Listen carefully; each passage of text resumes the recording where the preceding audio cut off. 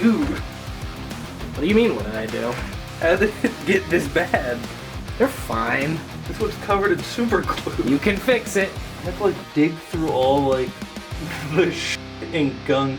We need the bug. So, how did we get here? Well, it all started when I wanted a few tac squads for my Iron Hands army.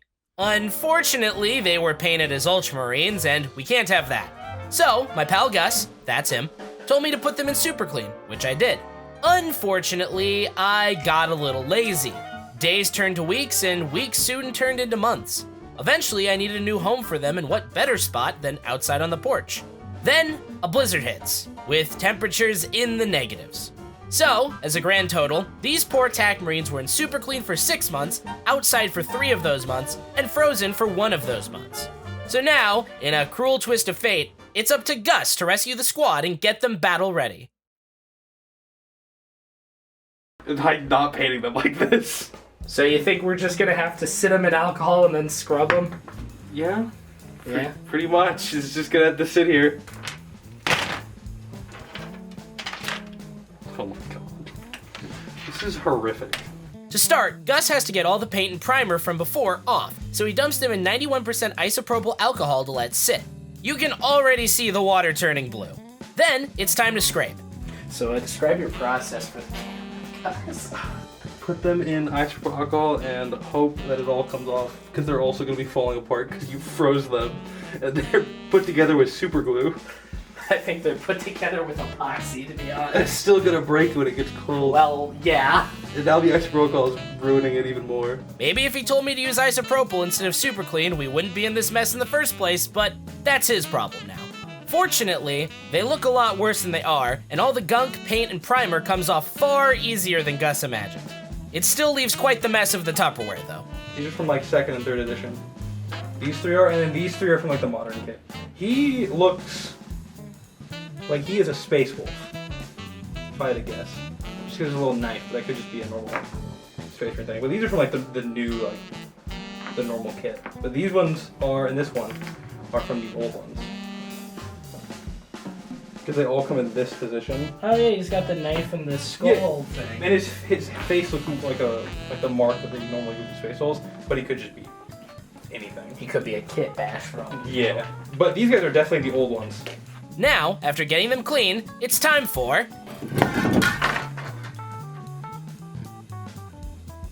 Let's kick things off with some priming.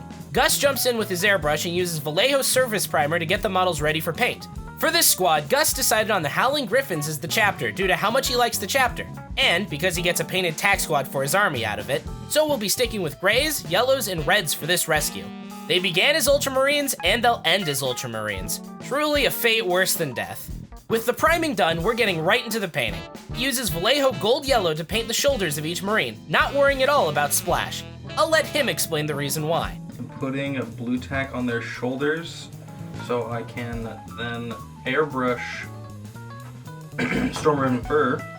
Oh wait, I never actually thought about that. You can basically just use the tack like painter's tape, right? Yeah, that's what I'm doing. I never thought about that. This is how I paint the shoulders because I don't want to hand paint yellow, and it's more of a bitch to mask the shoulder off than just putting blue tack on the shoulder. And I can since the gray is a gray, it's way easier to hand paint. So even if I overlap, I can just go back. Okay. I can just go back to the gray and paint over what I've accidentally masked instead of having to like paint. So basically this is to avoid any hand painting of yellow. With the gold yellow for the shoulders done, he moves on to turning these unpainted models into painted, unpainted models by spraying them down with some Citadel Storm Vermin fur, making sure to keep the blue tack on throughout to keep the shoulders covered. One of the things to keep in mind when using the blue tack is that you have to be very careful taking it off, as you can pull the paint underneath up with it if not enough time is given for the paint to dry. With the Storm Vermin fur done, the moment of truth comes for the blue tack.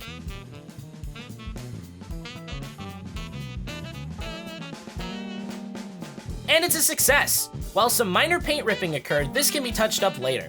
Next, it's time for some freehand on the shoulders to get that iconic Howling Griffin's checker pattern. This is where you need a pencil. And oh, you're gonna sketch out like the freehand on it on the model? That's cool.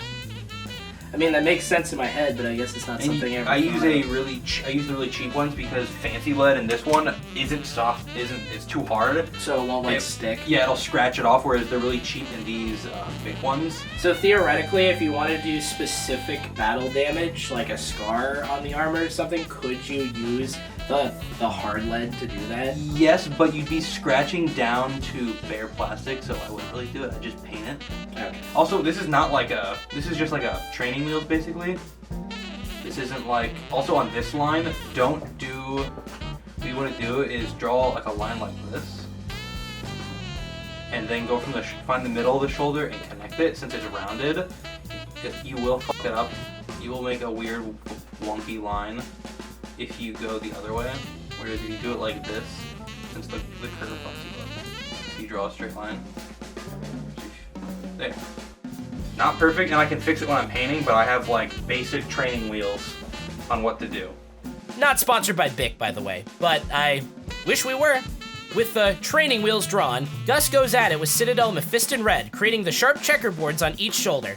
So basically, you just want to start from the center, since the center one is a little not important because we will be putting a transfer. Just kind of get close to the line, and then I go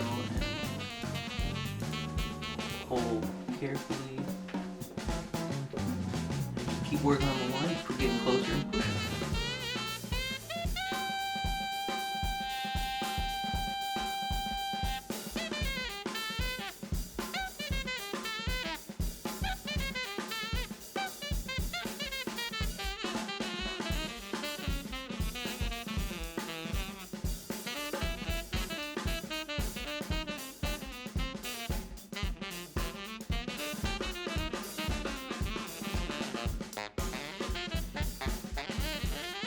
Gus, if you keep mixing and matching brands, we're never gonna get sponsored.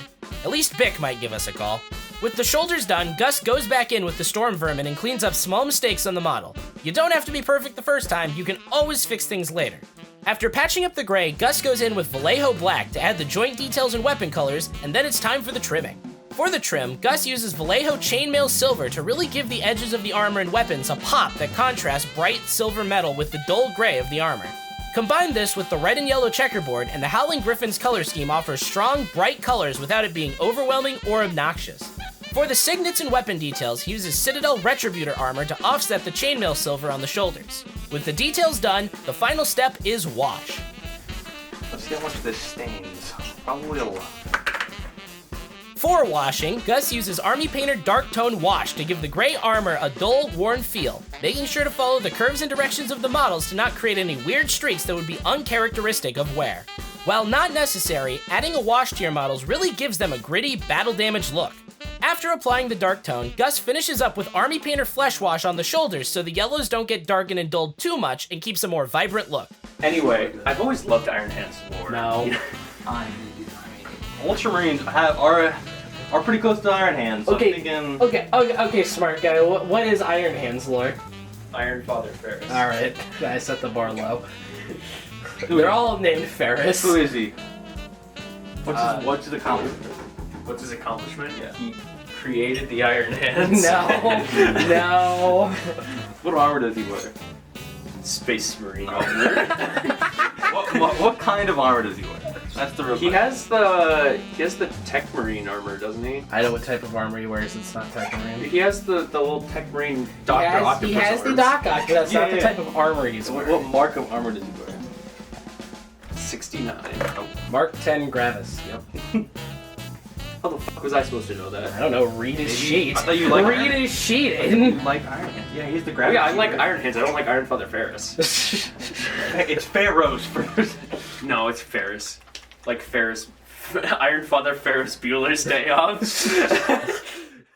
For those of you in the Ames area who stuck around, come to Mayhem Comics and Ames this week and ask for the YouTube discount. You'll be asked the question, what chapter did Gus paint the Tac Squad as? Answer correctly and get 10% off your purchase.